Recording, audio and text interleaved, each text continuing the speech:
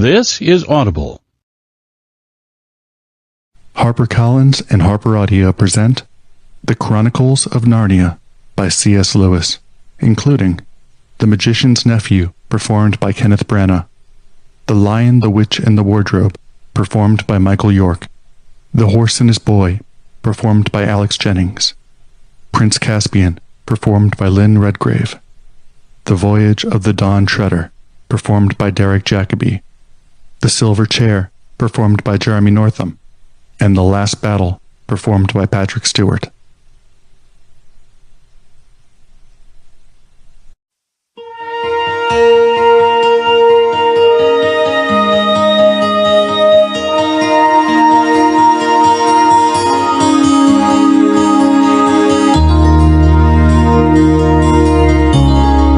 Harper Audio presents The Magician's Nephew by C.S. Lewis, performed by Kenneth Branagh.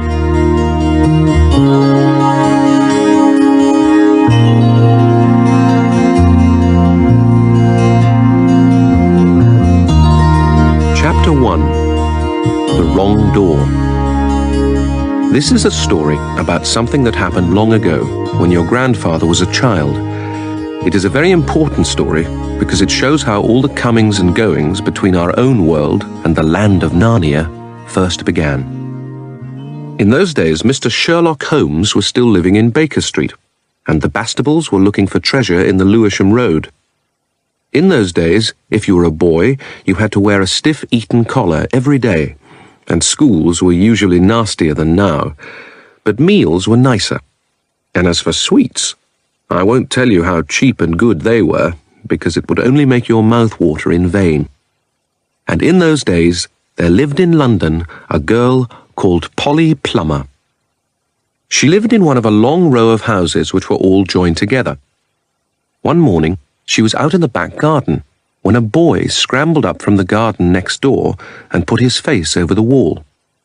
Polly was very surprised, because up till now there had never been any children in that house, but only Mr. Kettley and Miss Kettley, a brother and sister, old bachelor and old maid, living together. So she looked up, full of curiosity. The face of the strange boy was very grubby. It could hardly have been grubbier if he had first rubbed his hands in the earth and then had a good cry and then dried his face with his hands. As a matter of fact, this was very nearly what he had been doing. "Hello," said Polly. "Hello," said the boy. "What's your name?" "Polly," said Polly. "What's yours?" "Diggory," said the boy. "I say, what a funny name," said Polly. "It isn't half so funny as Polly," said Diggory. "Yes, it is," said Polly. "No, it isn't," said Diggory. "At any rate, I do wash my face," said Polly, "which is what you need to do, especially after—" And then she stopped. She had been going to say, "after you've been blubbing," but she thought that wouldn't be polite. "All right, I have then," said Diggory in a much louder voice, like a boy who was so miserable that he didn't care who knew he had been crying. "And so would you," he went on, "if you'd lived all your life in the country and had a pony and a river at the bottom of the garden and then been brought to live in a beastly hole like this." "London isn't a hole," said Polly indignantly. But the boy was too wound up to take any notice of her, and he went on. "And if your father was away in India, and you had to come and live with an aunt and an uncle who's mad, how would you like that? And if the reason was that they were looking after your mother, and if your mother was ill, was going to die—" Then his face went the wrong sort of shape, as it does if you're trying to keep back your tears. "I didn't know. I'm sorry," said Polly humbly. And then, because she hardly knew what to say, and also to turn Diggory's mind to cheerful subjects, she asked, "Is Mr. Kettley really mad?" "Well, either he's mad," said Diggory, "or there's some other mystery. He has a study on the top floor, and Aunt Letty says I must never go up there. Well, that looks fishy to begin with. And then there's another thing.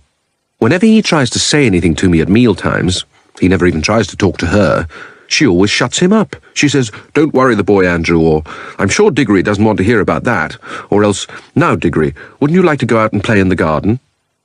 "What sort of things does he try to say?" "I don't know. He never gets far enough. But there's more than that. One night, it was